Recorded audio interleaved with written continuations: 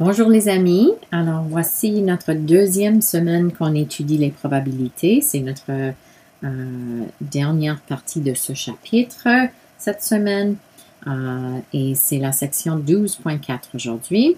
Et on va examiner comment résoudre des problèmes avec des listes ordonnées. Alors voici la leçon pour aujourd'hui.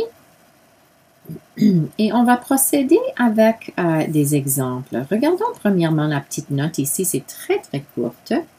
Quand tu fais une liste ordonnée, vérifie si ton tableau contient des régularités. Cela t'aidera à voir si tu n'as pas raté ou répété des combinaisons. Raté, c'est-à-dire oublié.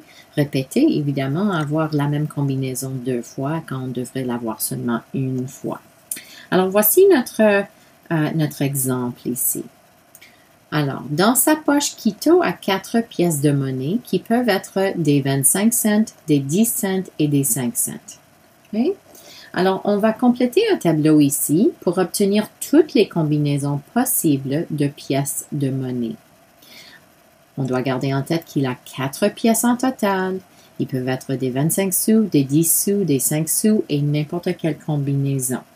Alors, déjà, on a créé un tableau pour nous aider à organiser nos idées.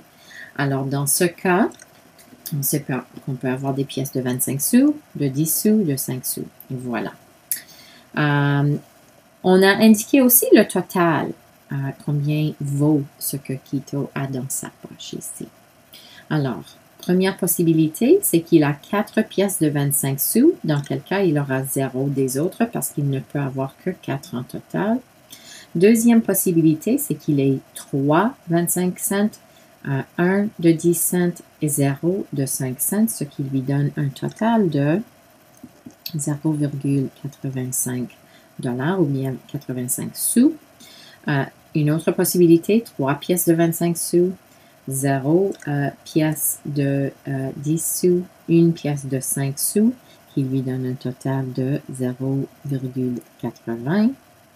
2 pièces de 25 sous, ça peut, comme ça, il peut avoir 2 pièces de 10 sous, 0 pièce de 5 sous, ce qui lui donne un total de 70 sous.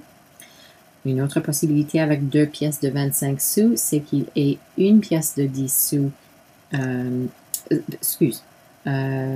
oui, 1 pièce de 10 sous, 1 pièce de 5 sous, ce qui lui donne 65 sous.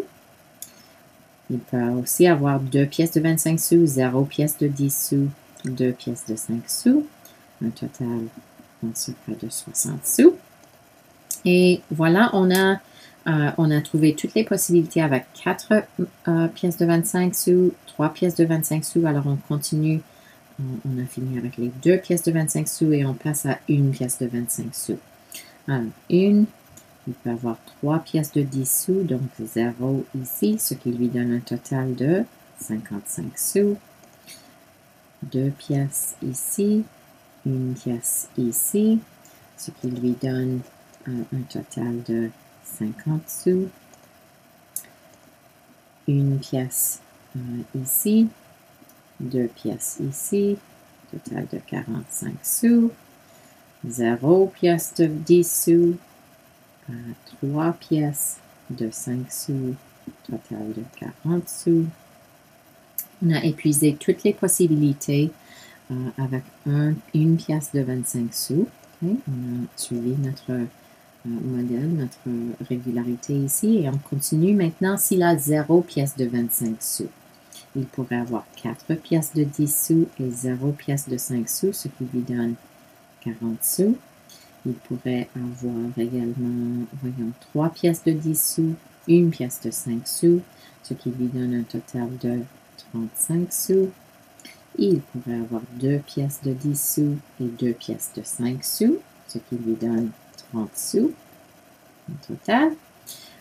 0 pièce de 10 sous, 0 pièce de 25 sous, 1 pièce de 10 sous et 3 pièces de 5 sous, total de 25 sous. 0 pièce de 25 sous, 0 pièce de 10 sous et 4 pièces de 5 sous, ce qui lui donne 20 sous en total. Alors, on a fini de remplir le tableau ensemble ici. Voilà. Et on nous demande quelle régularité vois-tu dans la liste ordonnée. Alors, une régularité qu'on voit tout de suite, c'est que le nombre 25 passe de 4 pièces à 3, à 2, à 1, à 0, ainsi de suite. On pourrait dire, on pourrait trouver d'autres régularités pour, dans les pièces de 10 sous, ça va 0, 1, 0, 2, 1, 0, 3, 2, 1, 0, 4, 3, 2, 1, 0. 5 sous, on voit d'autres régularités aussi. Et partie C, ça nous demande, Quito dit que les pièces totalisent 40 sous. Alors, s'il a un total de 40 sous, il a 4 pièces. Quelles sont les réponses possibles ici? Si tu as une seule chance de deviner la combinaison, quelle est la probabilité que ton choix soit le bon? On voit ici qu'on a un total de 40 sous ici et un total de 40 sous là. Alors, la probabilité de choisir la bonne combinaison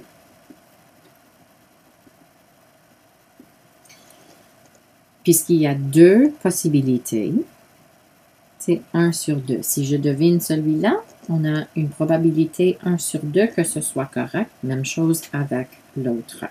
Okay?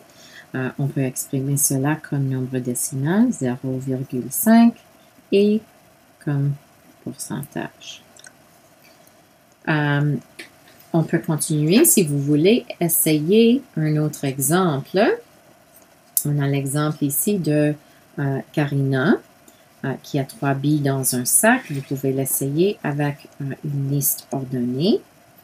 Vous aurez une colonne pour une bille blanche, une colonne pour la bille rouge, une colonne pour la bille verte et vous l'organiserez de cette façon-là. En tant que devoir aujourd'hui, voici ce que je vous demande de faire. Alors, pour aujourd'hui, je vous demande d'essayer les questions de la page 417, les questions 3, 5 et 6. Si vous cherchez un défi et vous voulez essayer d'autres questions, je dirais que vous pourriez essayer le numéro 4 et le numéro 8. Je vais les lister ici. Si vous cherchez d'autres questions à faire. Alors, bonne journée les amis. Merci beaucoup pour votre travail. Si vous avez des questions, envoyez-moi un courriel. Bonne journée. Bye bye.